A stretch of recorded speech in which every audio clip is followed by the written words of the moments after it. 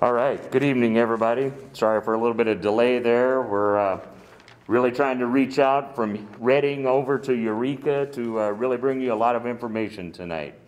This is the virtual community meeting for the August complex, the North Zone. You're going to have information coming from the Alaska Incident Management Team that's managing the Northeast portion, and we'll also have information from the Pacific Northwest team that's managing the northwest portion of the northern zone of the complex here. So tonight we're going to hear from Alaska Incident Commander Norm McDonald. We're going to throw it then over to Eureka, where Pacific Northwest is, for Incident Commander Rob Allen. We'll get our fire weather from over there with Mike Ottenweller, fire behavior with Jen Croft, smoke impacts from our Air Resource Advisor, Margaret Key, operations update for what's happening on the northwest portion of the fire from Kyle Cannon. They'll bring it back over here to us here in Reading, where we'll hear from Operations Chief Karen Scholl. She'll give us an update on what was happening with the fire today. We'll then go to Trinity County, where we have Ed Presley, the Emergency Operations Manager with Trinity County. He'll have a message for us. And also with Ed tonight and available for questions is Julie Barcelona with the Trinity County Clerk, Recorder, and Assessor's Office. And if there's questions for the county there, Julie will be ready for those. We'll also hear from the Shasta-Trinity National Forest Supervisor Scott Russell, the Mad River District Ranger in the Six Rivers National Forest, Kristen Lark. We'll also be taking questions, and we're going to follow the same pattern that we have in our previous Facebook virtual meetings. Put your questions into the comment section. You're finding us on the Shasta-Trinity National Forest page, the Six Rivers National Forest page, along with the Mendocino National Forest page. Let's keep them fire specific. Let's keep them aimed at our subject matter specialists. And what we can't answer tonight, there's a lot of information officers here giving me a hand, a lot of information officers over in Eureka monitoring the Facebook pages, and so what we don't answer live tonight, we'll still follow through and catch up on those that are online. Once again, this is recorded pretty much as we're presenting it on Facebook. So if you've missed the beginning, if you're tuning in, don't worry, it's all captured right here. If you need to go do something else, it'll be here on the Facebook pages for you to return to. Let your friends and neighbors know, and even tomorrow you'll still be able to comment and we'll be able to follow up with these questions. So let's get this going. We've got a lot of information to give you tonight, and let's start it off with Norm McDonald from the Alaska team, Incident Commander. All right, thank you, Sam. And I just want to really thank the communities we've been working with here. One of the things we do when we come in here, we set objectives, and usually those are operational, how we're going to work on this fire. But one of the important ones for me is our community relations. That's part of the tasking we get through the Forest Service and the agencies we work for. And we do that through outreach through our cooperators, which we had a bunch of them on this one, everything from Highway Patrol, the power companies, utilities, the local CAL FIRE units. But a part of this job I really enjoy is getting out in the communities and telling our story and sharing what we're doing around your community on these fires with the people in person. And with 2020, that's not always possible. And so this year we've got some new formats we're trying, and this is one of them. So where we miss that contact and those relationships we build with the community, I still think the intent of ensuring we have getting our message to you in a timely manner so you have the most updated information you can, and we try to do that by being honest when there's good news, and when there's bad news, be honest with that as well. So that's what we bring with us when we come here, and I just want to thank Sam and Kale and a whole team full of public information officers that have made that interaction possible, and that's through these community meetings like this. That's been through our stand-up, just kind of spur-of-the-moment stand-up meetings, the daily updates that we do, and then everything's captured online so you can go and view that later. And we hope that just allows you to kind of see what we're doing, a sneak behind the scenes of what a team does when they're on these incidents, and just keep up to date on that incident as that's changing. So again, thank you for just being a good audience, working with our public information officers, and if there's anything we can do to help answer questions, that's what we're here for. Before we go to the West Coast, I want to introduce you to Tony DeMasters. He's the incident commander incoming with the Great Basin team. He was down working to the south of this our incident earlier this summer, about 3 weeks ago, as we pulled in. So he's familiar with the country, familiar with the people, and he's going to do a really good job for you here. So, Tony, kind of say hi. Good evening, everybody. Again, my name is Tony DeMasters. I'm the incident commander for Great Basin Team 2. And just like Norm said, we're going to pick up right where they left off, and we're going to continue working with those partnerships and relationships, and looking forward to working with everybody here and then over the next couple of weeks. So thank you very much, Norm, and have a great evening. All right. Thank you, gentlemen. So now we're going to go to my counterpart that's over in Eureka. Chris Barth, Public Information Officer with the Pacific Northwest team. Okay, Chris, you're up.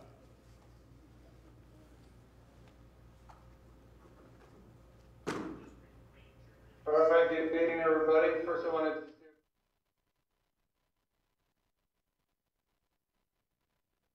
appreciate everybody being here tonight and your patience. Again, my name is Chris Barth. I'm a Public Information Officer with Pacific Northwest Team 2.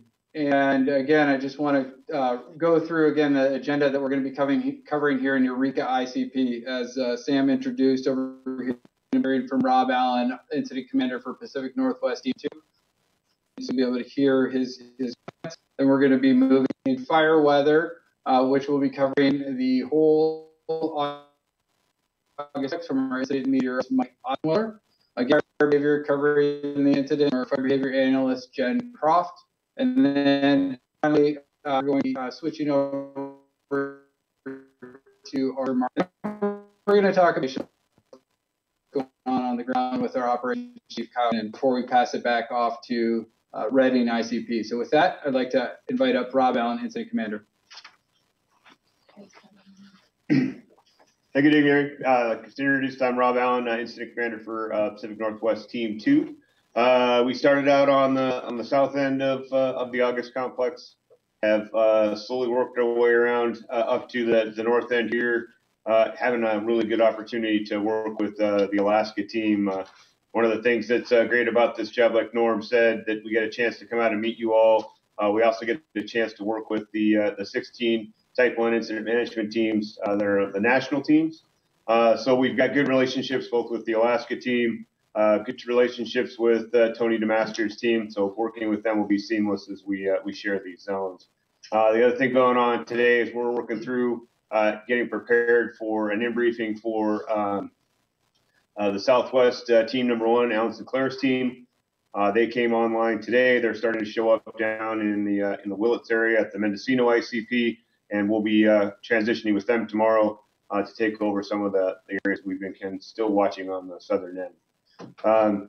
Again, we like to be able to get out and get these community meetings going so that we can hear what's going on. The big thing for us from all of our fire community is that we can't solve a problem we don't know about. So hearing from the public, hearing from our partners, and the folks that we're working for is really important for us so that we can handle that situation. We like to be able to come in and make a little bit of organization out of the chaos that's going on. That's what we're working on doing right now, and meetings like this help us to spread the information and to word out on the work we're doing. So thank you very much, and look forward to taking your questions later.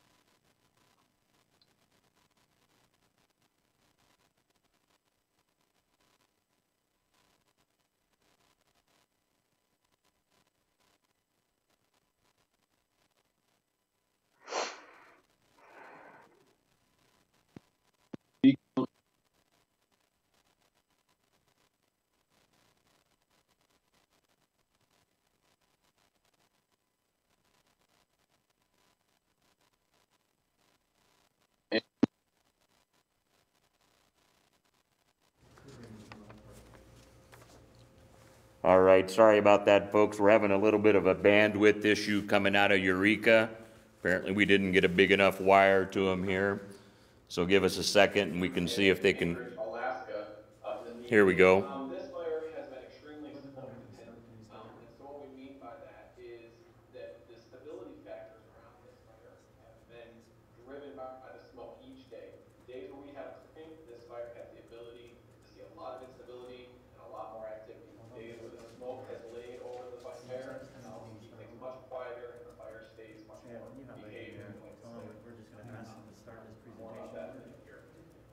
see on your screen here. We're hearing it, they're not. Just tell them. Just explain to them. We're going to try and get him back online here and see if we can get Mike to start his presentation again. Just having a little bit of bandwidth issue here, so stay with us, folks. We'll get Mike back up here and he can start his presentation back over here. My technician's here telling me when we're good to go, reaching out to Eureka. It's been a good tour here for the Alaska team. We really appreciate everybody's involvement in helping us get the message out to you and you sharing it with all of your friends and family. Thank you. Maybe a good opportunity, Sam, to remind folks in the morning there'll still be briefings from Northwest and Northeast Zone. There certainly is. We're going to have a Great Basin team. We've introduced the incident commander here. There's also a public information staff. These teams are made up the same. They're going to be carrying information straight right on through. As a matter of fact, Brian Harris is here in the room with us with the Great Basin Incident Management Team. So, Brian, why don't you go ahead and introduce yourself and kind of explain your communication strategy here moving forward. Sure enough. Thank you, Sam. As Sam said, I'm Brian Harris. I'm the lead information officer with the Great Basin Incident Management Team. So the Alaskan team has done an outstanding job of getting information out to you. Sam, we really hope to just follow in your shoes and do the same things that you guys are doing. So outstanding job. Our promise to you is to get as much information as we can out as quickly as we can and to be very transparent about that as well, too. So that's our promise to you. The Great Basin team, we're pretty much from Idaho, Nevada, and from Wyoming, and a little bit from Utah as well, too. But that's where we hail from. As was mentioned before, we're down on the South Complex, down on the Mendocino. So it's kind of like coming right back to home here and figuring out what's taken place over the last week. So we just departed, gosh, it's been a little bit more than a week ago. So it's good to be back here and serving you folks again. Thanks, Sam. All right, Brian, thank you very much. We're still trying to get Eureka back online here, gentlemen. Karen, why don't we go ahead and go with your operational briefing from our portion of the fire here. We're still managing the northeast portion until Great Basin takes over tomorrow. All right, good evening, folks. Karen Scholl, Operations Section Chief with the Alaska Management Team. On our last shift here today, we had crews up in the above the 36, above Forest Glen, working on the 14 road. The fire keeps advancing, although today we did have a high pressure, inversion set in, so the fire was kind of moderated a bit. So crews were able to keep up with the fire as it continues to move towards the north. They also worked on the primary line, improving the dozer line, putting in a few check lines, and then taking the line down to the South Fork of the Trinity River. So that's in place, and they're just improving it as the days go on and as they're waiting for the fire to continue to move towards them. We continue to work on contingency lines, both on the west side of Post Mountain, as well as north up near Indian Valley, and then to the west to the Trinity. Between our team and the Pacific Northwest, we're communicating and coordinating, and Great Basin will take that over as they anticipate fire movement, potentially back and forth as the fire gets established, if it gets established in the South Fork of the Trinity there. So good communication and coordination happening all around there. Post Mountain is got a lot of structure protection in and around it. Plans are in place, and those forces are ready to go, and they've been helping other divisions as able. So that's all ready to go. Rowdy Bear, Peanut, Indian Valley, those communities up there, we're well aware. We've got plans in place, structure protection plans if we should need to go in that direction. For the folks down in 36 corridor, between highway mile marker 68 and 66, fires come down to where we want it to be. So it's in a good place. It's just to the south of the road along a minor road there. The firing is all done. We're doing a little bit of cleanup. There's a bunch of mop up we need to do to secure that. But basically the fire, as it crosses to the north along the highway 36, and then as it comes down to the 73 road, all of this is kind of what we call locked in, and we're just holding and mopping up and securing all of this. As long as we have cooperation with the weather over the next couple of days, it looks like that. All of this should be holding in place and looking very good. As we continue over on the 36 highway, Wildwood, Harrison Gulch, Platina, Begum, we're doing structure preparation and evaluation and assessments and going in and improving those structures along there in anticipation of the slop over we had 3 days ago over the 35 road. So we've got folks up in there. You'll see them generally during the day, not so much at night, as we try and just kind of let you be at night, but just know we are monitoring that area. And then today we had crews in the slop over, working off the north perimeter of it, trying to see if we can check that up. We did have very active fire behavior here today. We did have a column that punched up, but crews are working in there.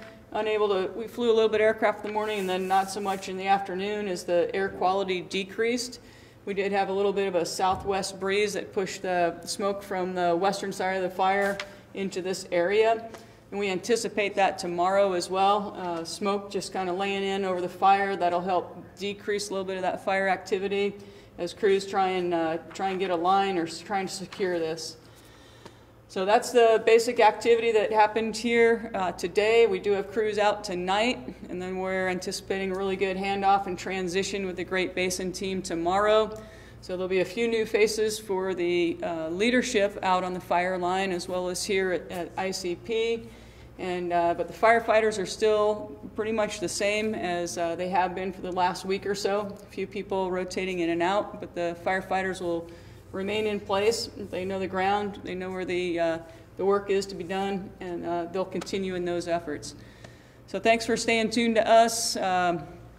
It's been a pleasure serving the community, and we'll talk to you guys on the next one.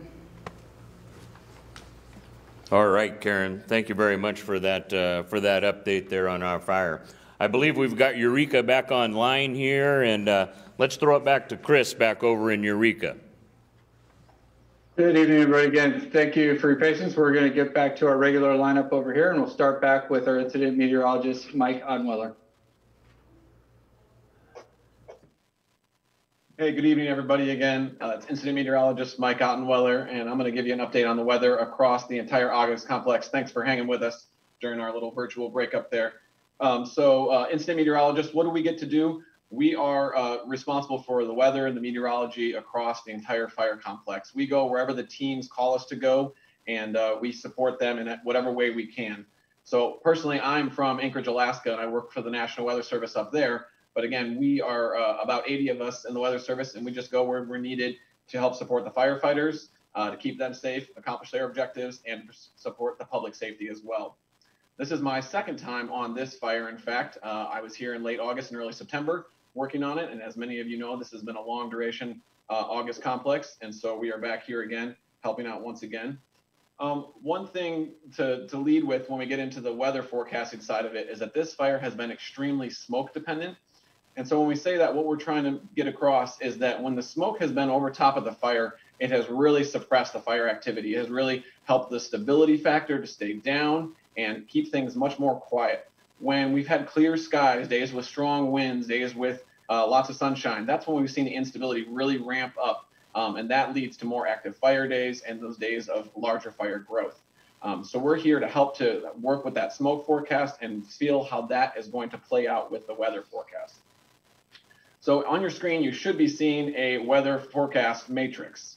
It's a bunch of colors and numbers, but really the idea behind it is to give the firefighters and the planning community for our plan section here some idea of what's to come. Then we feed that into operations, and they can make their operational plans based off of what's expected for the next 2, 3, all the way up to 7 days. So on that matrix, you've probably heard by now that we're expecting a pattern change, and you'll see that mainly in the color scheme. If you look at the first day there's some red and some yellows, but as we get towards the end of this week, we're starting to introduce a lot more greens. Green is good for firefighting. We want to see that green because it means a cooler and a wetter pattern is in store for us here been a long, dry season with a lot of hot temperatures. We're finally starting to see the October climatology kick in, and we're starting to see that trend towards a more active stormy season, which we would typically expect in October. Winds are going to come up in advance of that system, but the good news is, as Karen was just mentioning from the northeast side, those winds are favorable for this fire. Those are southwest winds, and those should help to push the fire kind of back in on itself. So those winds in advance of the wet weather are a good news thing for this fire. Wetting rain, that is something that we use for firefighting, and it's a seasonal thing. It's usually defined as 1/10 of an inch of rain or more. So we are expecting, as you can see there on Saturday, about a 60 to 65% chance of wetting rain. That will certainly help with the firefighting efforts. And then, yes, this has been a long and dry season, long firefighting season for all the teams that have been out. And so as you look further out in the matrix, we do still have some dry weather to come. We're not out of the woods entirely, but we do have a cooler and wetter pattern in store. And so that is some good news. Thanks for attending tonight, and I'll be around for questions.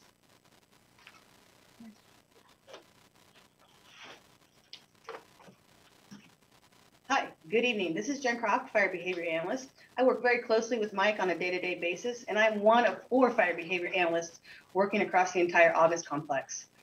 I'd like to start tonight with some visuals related to what we've been seeing out there. And along those lines, you know, for the most part, what Mike was mentioning in terms of it being a very smoke-driven or smoke-dictated fire, that is the case. And you can see these smoky conditions out there. And those smoky conditions are definitely keeping that fire behavior to a very low surface level.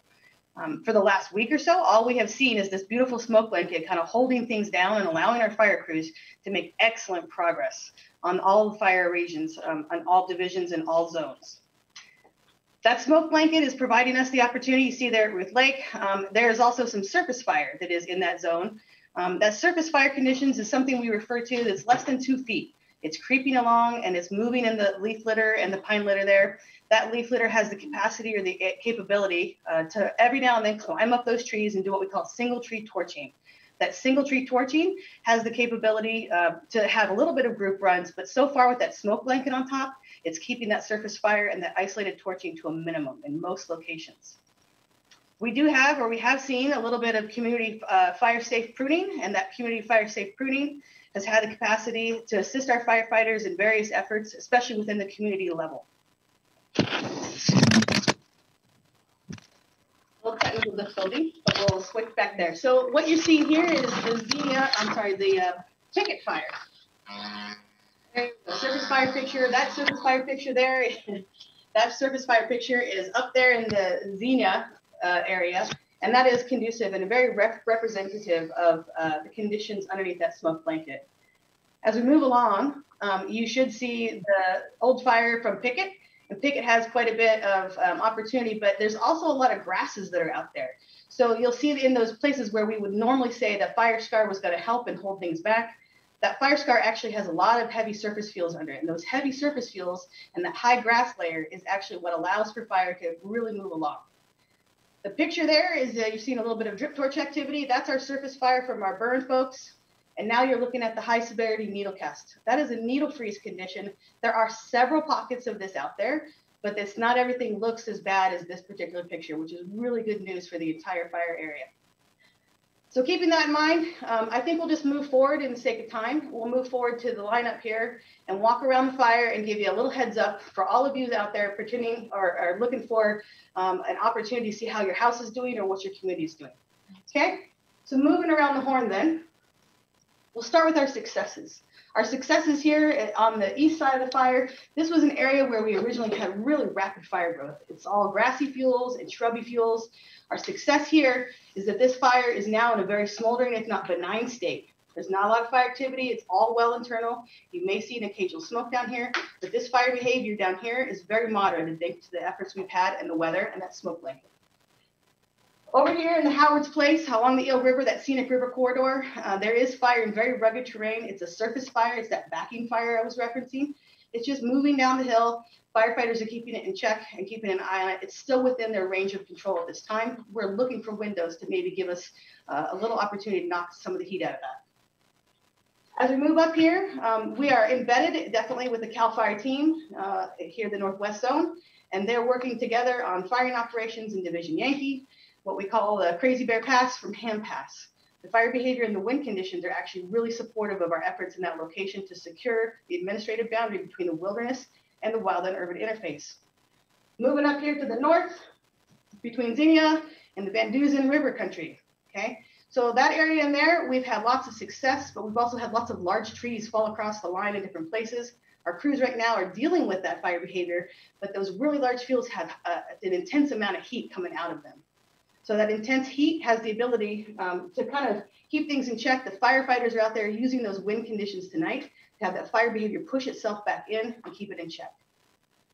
Along the Ruth Lake community country. Ruth Lake community, that fire at this time is in the smoldering state. We've had a lot of crew activity in there, and they've been firing in and around the structures, which all the fire behavior in there is all surface fire.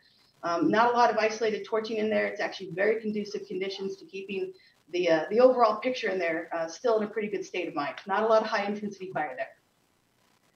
Moving up towards the Mad River, along the top there, North Butte. North Butte's working in an old fire scar, and the firefighters there are working to keep that fire from backing down the hill at this time and doing some aggressive firing behind the structures so that the backing fire will meet the surface fire in and around those communities, but prevent them from ever getting into that community area.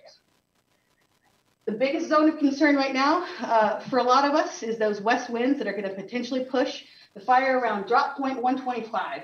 Right up here in this zone with Bushy Mountain. Between Red and Bushy Mountain, the fire there is in a really wind-aligned canyon. That wind-aligned canyon will allow the fuels to push and have a little bit of periods of group torching and surface spread in advance. Spotting distances in that canyon, should we get large winds, will definitely reach into the half-a-mile zone and give some folks a little bit of a test.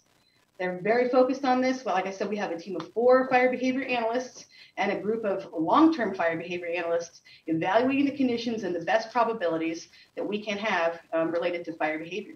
I'll be around for any questions you have. Don't hesitate to shoot them to me, and I'll pass it off to Margaret.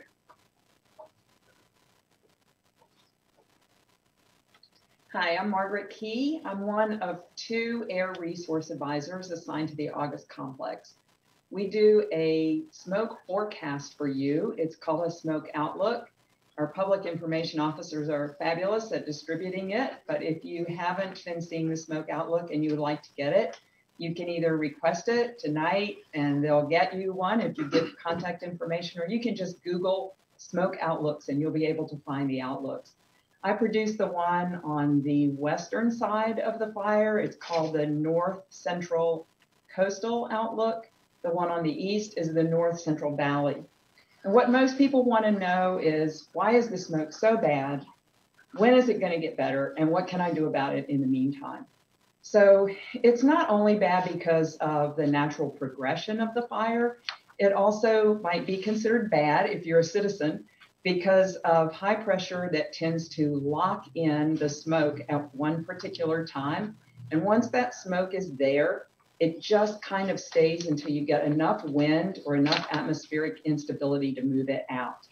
Now, if you're tired of being in the smoke, that's a bad thing. But as we've already heard from Jen and Mike, if you're a firefighter, it's a good thing because it finally gives you an opportunity to go in when it's not so windy and take measures to control the fire growth and to protect structures that are in its path. So even though it's hard for us to deal with, the smoke blanket, I think I heard the term beautiful. The smoke blanket can be beautiful for getting this fire finally under control. We don't think that the conditions for your smoke are going to be much better tomorrow. There is going to be a southwest wind, but not a strong one. And that's good as far as fire activity is concerned. So tomorrow probably still as much smoke. And you can see that because it's a 2-day forecast if you've looked at that. We don't try to project a whole lot further out because so much can change in fire behavior and weather.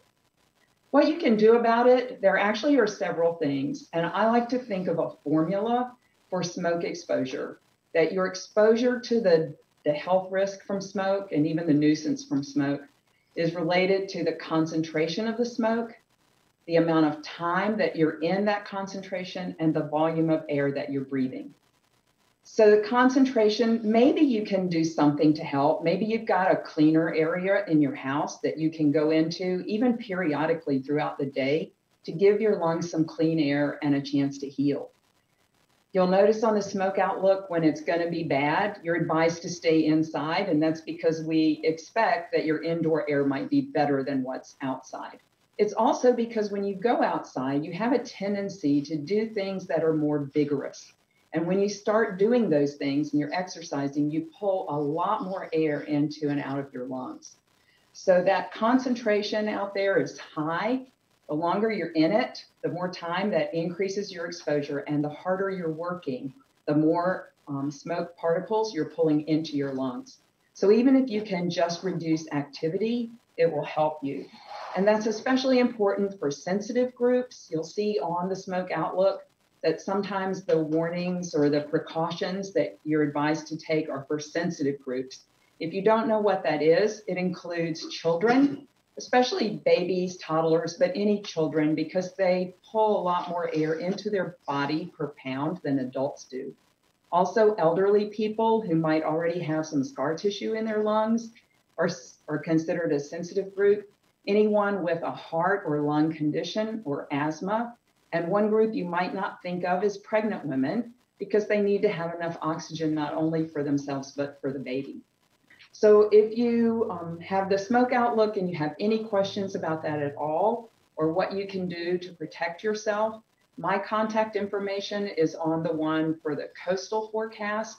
Jill Webster is the Air Resource Advisor on the Valley side, and her contact information is on that outlook. So give me a shout if you need some advice.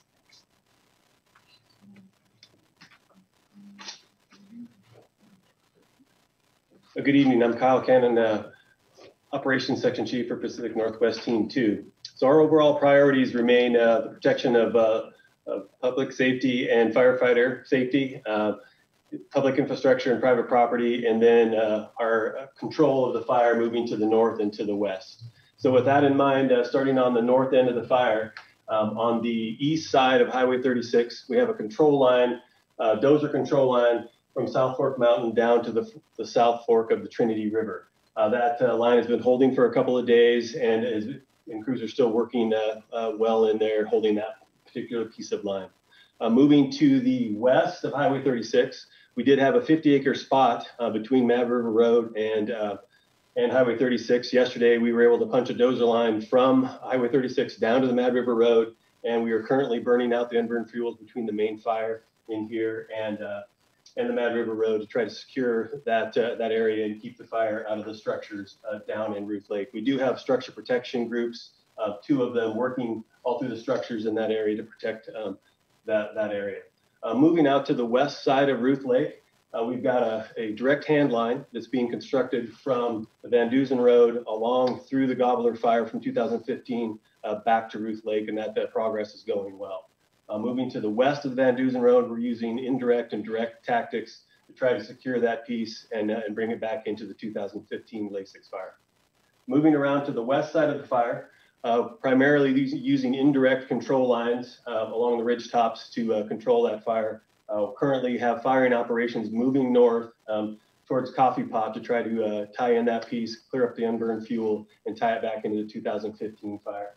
We're also working south in this area down towards Kettenhorn to keep the fire out of Zinnia and out of Kettenhorn and bring it back into the black at this time. Moving to the south around Covelo, we also have operations in concert with CAL FIRE in order to keep fire from moving out to the west in this direction.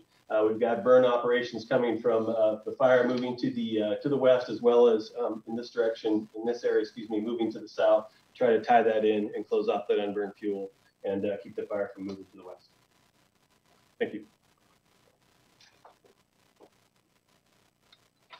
All right, thank you. So at this point, we're going to send it over to Ed Presley, the Emergency Operations Manager for Office of Emergency Services. So we'll pass it over to Ed. Okay, Ed, here you go. Thank you. Good evening, Trinity. Ed Presley here, Trinity County Office of Emergency Manager. Hang on just a second there, Ed. We had a hiccup here. We're coming to Ed Presley here in Trinity County. Just a second there.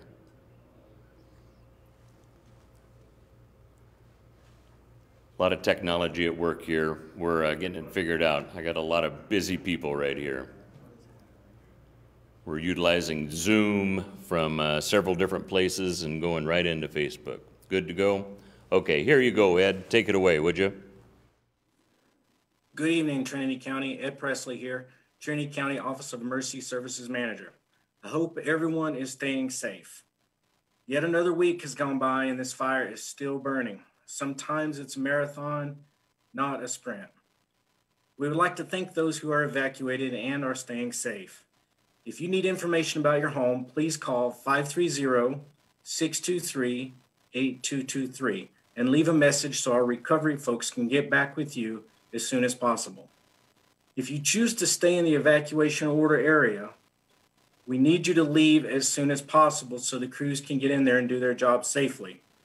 Currently, Trinity County has 273 evacuees in hotels in Humboldt County. Let Red Cross help you by calling them at 530-623-8034. As of the last update from the field, I can sadly confirm that we have lost 158 residences and 243 outbuildings. That's a total of 401 structures. We know there are more out there as the fire is still spreading. We thank you for your patience, and please bear in mind more assessments are going to happen over the next few days. There even will be a team from the state and from FEMA here to complete the official assessments so that we can get the ball rolling on our aid. We need their help for recovery and cleanup, and please remember, please do not sift through fire debris. If you have stayed behind or you found your way back, please do not sift through the fire debris. They will not count your house or help clean up the mess if the debris has been disturbed. Plus, you're exposing yourself to toxic, hazardous waste that you could breathe in or it could even absorb through your skin. We need everyone to stay safe out there. The smoke has had a serious negative effect on our air quality. So we've set up 2 clean air centers for residents to go to and get some relief. One is in Hayfork at 6641 Highway 3, Suite B, which is the Murray Building. And the other one is in Weaverville Library, located at 351 Main Street in Weaverville. Our thoughts are with all our residents as we navigate through this troubling time. We need everyone to please stay safe, Trinity. Sam, that's all I have. Back to you. All right, Ed. Thank you very much. There's a lot of good information there, and we'll be sure and capture those numbers and repeat that on our Facebook pages for those of you that missed it. So now I'd like to have Scott Russell come up here and share with us a message from the Forest Supervisor, Scott Russell. Thank you, Sam. First off, thanks for joining us tonight, and hopefully some good information that helps you to understand what's going on. After that sobering news from Ed, my heart goes out to all of us that have been affected by this fire, and still more to come, but some good change in the weather ahead of us, and hopefully we get through this.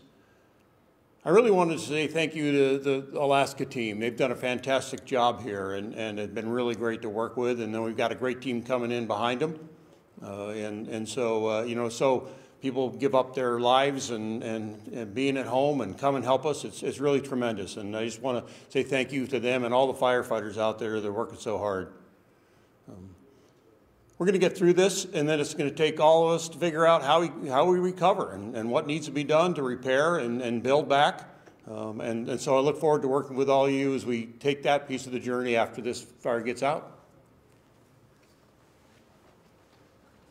All right, Scott, you're certainly right. It's going to take the whole community and everybody coming together for this.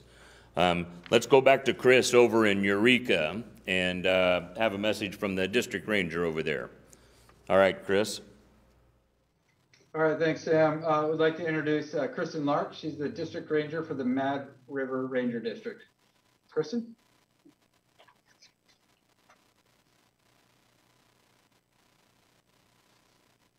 Hi, I'm Kristen Lark. I'm the district ranger for the Mad River Ranger District. We've heard a lot of great information from the team and all the specialists tonight, but I just want to give my gratitude out to all the local men and women whether you're a paid contractor or a volunteer who have worked so hard with all of us shoulder to shoulder to fight this fire. I have a huge amount of respect for this community, how we pulled together to take care of each other and keep everybody safe. It means a lot to me that we have worked so hard together to do this.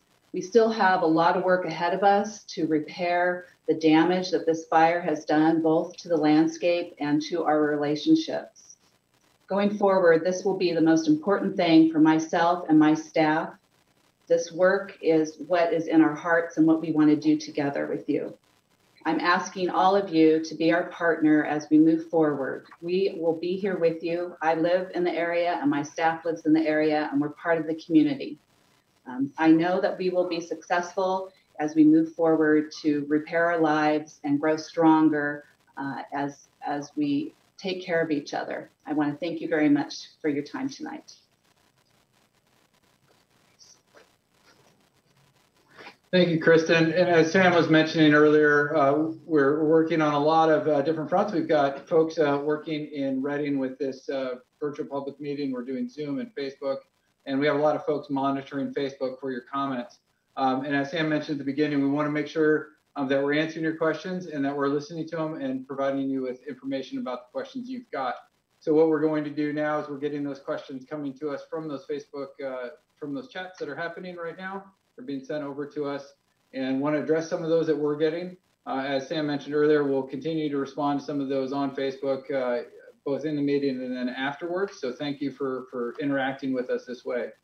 A number of the questions we've been getting over here are focused on Mad River Road, as well as there was a question about Blocksburg. So I'd like to ask our Operations Section Chief Kyle Cannon to come up and speak a little bit more specifically about that. Yeah, so the Mad River country up here, currently the fire is holding, control line is along the South Fork Mountain Road. We have the Dozer line that I spoke of that takes us down into Hidden Valley and ties it into the South Fork of the Trinity River. So that's a main piece that keeps the fire from moving to the north and to the west towards Mad River. The second piece is this piece right in here, this piece of line that we constructed along that 50-acre spot that I spoke of. There's a line that goes from Highway 36 down to the Mad River Road. We're currently burning that out, and that helps keep the fire from moving towards Mad River. And as you move over here to the west, we've got the 2015 Gobbler Fire, the 2015 Lake Lassick Fire, and we have control lines, direct control lines being constructed towards Ruth Lake from Van Dusen Road, and then also direct and indirect out towards Lassick Peak out to the west.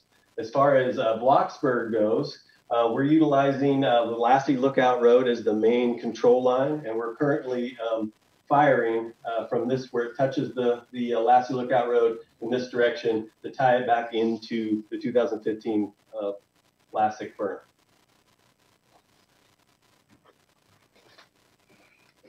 Thanks, Kyle. And again, so that hopefully wanted to answer some questions talking about some of that fire activity up there in Blocksburg, and appreciate Kyle coming up answering that. I wanted to jump over, there was a question for Jen Croft, our fire behavior analyst. So just want to make sure, I think she addressed some of that in her comments, but want to make sure that that question gets answered. In Van Dusen River Valley, what's the fire behavior like in that area? And is it moving north, south, west, and what you expect to predict, in your expert opinion, Jen, as to where the fires should move based on the weather factors? So Jen. Okay, there's a lot in that question for sure. And thank you for your interest for sure, because that is a high community zone. And so I can understand your interest for that area. Along the Van Dusen right now, the fire was moving predominantly in Oakland woodland. So that woodland has a lot of surface fuels, a lot of leaf litter, dead leaf litter. And as it meandered around, it was finding really big pockets of heavy fuels. We still have a little bit of activity from what we call drop point 109 right here. Just up the line there, they're still working with a little bit of heat and activity that's well within the Dozer line, but it's heavy fuels from that beetle kill zone. So they're trying to tuck that in and put it to bed, but it's going to take a little bit of effort given the level of the fuel concentration in that spot. Along the Van Dusen itself, it's looking, in terms of fire behavior, it's actually looking really good thanks to that smoke blanket, keeping everything kind of moderated and keeping everything tucked in nicely. The crews there, is my understanding when I checked with them today, we went out there and took a look around. We still have heavy stuff falling down across the line with a little bit of burning activity in those stumps, but they're definitely preparing and ramping up for these wind conditions that are going to come in a contingency manner to prevent any additional threats to structures in that country. So that would be my expert opinion, if you will, in terms of where things are going to move. These west winds are definitely going to help a lot of the fire along this west zone, pushing things back into the black. The area of concern right now really is with the Alaska team country over here by 125, moving towards the 36. As it moves between Red Mountain and Brushy, I would expect to see definitely some stuff pick up in there with those winds. I know they're preparing for it, but it could transition from a surface fire to in part group torching. And when those winds surface, those folks will get spots about half a mile out. So I know that's what they're keeping an eye on right now. We'll be working with our incident meteorologists. We'll be working with the fire behavior experts. And we'll also be touching bases back as we see conditions emerge. We work with a strategic planning group that helps us kind of dictate where we'll be not 2 days, but 3 days and sometimes 7 days out in front of ourselves. So thanks for your question. And if you have any additional, I'll be helping. Thanks again, Jen. I know there's a lot of questions coming in. I'm sure the folks over in Reading have a number of questions. There's a couple of things that I just want to address before we kick it back over to Sam in Reading. So one of the questions that we just got in was asking about getting supplies, folks in evacuation areas, those areas that maybe not are very close to the fire right now. So I just want to address that real quick and let folks know, you've heard from a number of specialists and speakers here, and I want folks to understand during the day, there's a lot of coordination that happens with our partners, with the incident management team, with the firefighters, all that's happening throughout the day. One of those meetings and one of those pieces of coordination that happens is what we call a cooperators meeting. So that's when some key people from the incident management team and the partners that we're working with, like folks from the National Forest, U.S. Forest Service, are meeting to discuss things. Folks like Ed that you heard from earlier with county, getting together and talking about what the fire is doing, what fire activity could mean for the need for evacuations or lowering evacuations level, talk about road closures when it's safe to do that. So that coordination is happening daily. And so I just want to address the comment about that in that way and let you know that any changes to those are being discussed daily and would be coming out through the authority that has the jurisdiction to affect those road closures through the counties in coordination with all the partners. So before I kick it back to Sam, I just want to let folks know, again, we'll be monitoring it over on our side, continue to answer those questions that you're sending in and making sure people are aware. In addition to getting information on Facebook, we're posting it on InciWeb. We're getting emails that come in. We're answering phone calls. We have people out in the community posting updates and talking with you where you're at. Trying to provide you content, video stills, et cetera, of what's happening out on the fire to answer your questions and show you what it looks like in those areas. So with that, Sam, I'm going to send it back to you. All right, thank you, Chris. A lot of good questions there, and I'm sure we have some over here. Cale, who do we got up first here for some questions? Okay, great. Thanks, Sam. Let's have Karen Scholl, our operations chief, up. And before she starts, we just want to thank everybody who joined us from both the USA and all around the world. Folks from Australia are watching, folks from different countries, and we know that from our analytics on YouTube that we have not just a national interest here, but an international interest. We also want to thank Jennifer Diaz for saying God bless our men and women out on the line. I know Karen works here every day worried about the men and women on that fire line doing the things we're about to talk about in these Q&As. So thanks, Jennifer, and everybody for expressing your concern. And thanks to KMUD for broadcasting this. We really appreciate it. Karen, you had said, this is for the folks in Post Mountain, Trinity Pines, High Palm, Rowdy Bear, Hayfork. You had said that the 36 road and 73 road are getting locked in. Can you just give us a little more detail on that? So what's happened is we've been able to bring fire down the dozer lines and along the 73 road and increase the depth there. And the fire that was up on Rattlesnake, where way back when we first took over, we had some spots up in Rattlesnake. Those have all come down to our control lines. And so what that kind of means is that unless we have a big wind event that's going to throw embers, which we're not anticipating, that this area is looking real good. We've got a good understory burn down to our control lines, which we're able to hold and patrol and then begin the mop-up process. And so that's what we mean by locking this in. And so we'll just be working on mopping up deeper. And so that's kind of what we're talking about there. Okay, great. And then moving over to our east side, somebody had asked about what's the plan to stop the fire that's near the 35 Berkshire Mountain area? So the plan here is right now we're looking at checking the fire line as best we can with crews and dozers on the north side as we're able to. We're getting into some deeper Begum Creek area is a tough place for us to get into. The access is tough. There are a few opportunities perhaps up on some of these ridges between the 36 and the fire's edge right now. We'll use aircraft when able, but that depends on the air quality. And then as Jen alluded to earlier, with the southwest winds, it's great for the west side of the fire. It's going to be challenging for us over here. We have drainages that are aligned with that southwest flow. So we're likely to see some movement, potential of spotting half a mile ahead. And so this fire is going to want to move through that drainage and continue to spread to the north and the east through the drainage. And so we'll do what we can to try and to keep it from advancing to the north and to the communities along the 36 highway. As we look into the forecast, a couple of days, we're anticipating higher moistures, relative humidities are coming up, and then over the weekend, perhaps a little bit of rain. And any little bit of rain will help to take out those fine fuels that actually drive the fire as it wants to continue to move. So we're looking at maybe a little bit of a reprieve through the weekend, and that should help slow things down and give firefighters a chance to really look at some of these other checking actions.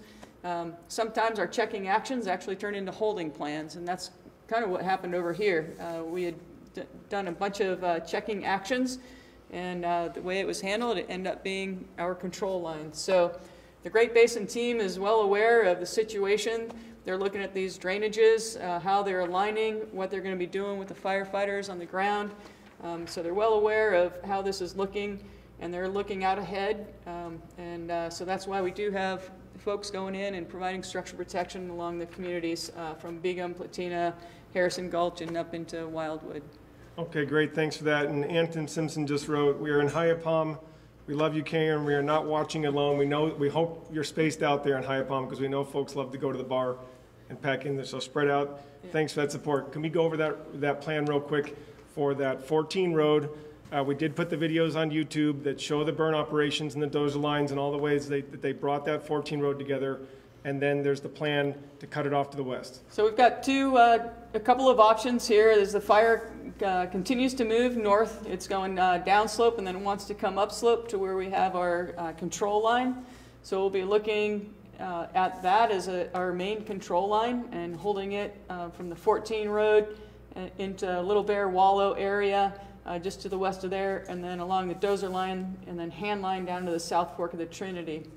If we get pushed on that, we have also improved the road continuing on to the north, up towards Indian Valley, and then off to the west. So we have another option behind our first option, and the next team will also be looking at any other options between our contingency and Hyappom. So we continue to look forward in anticipation of things not going the way we want them to.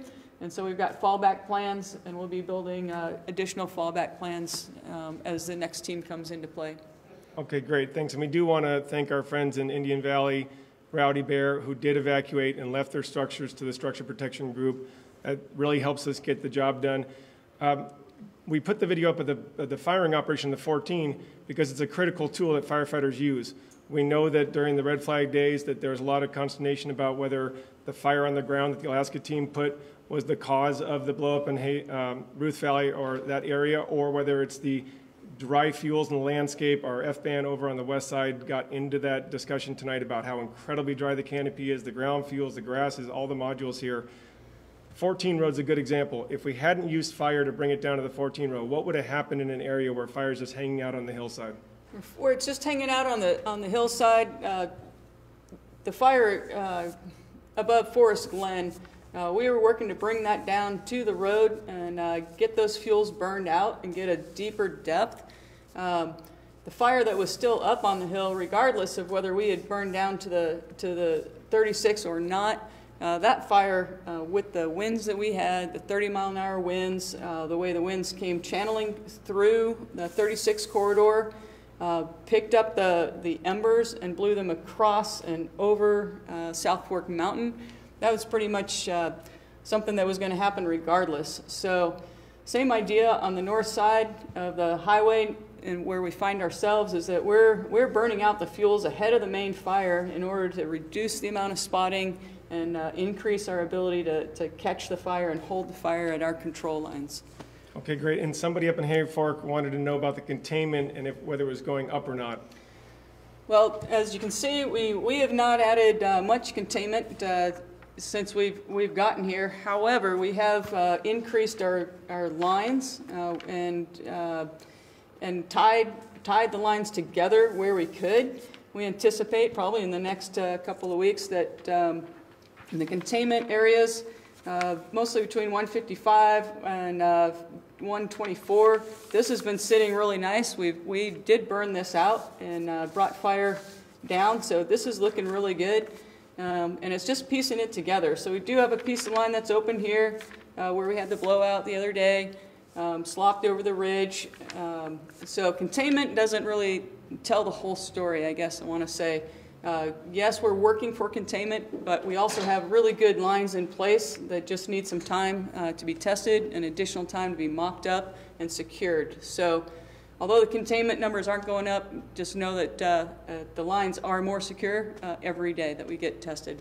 Great, thanks. And last question for you. I know I've got you on the spot here, but we do have hundreds of questions, and our information officers both in Alaska working virtually here, working on the fire in both zones, will be answering these all throughout the night.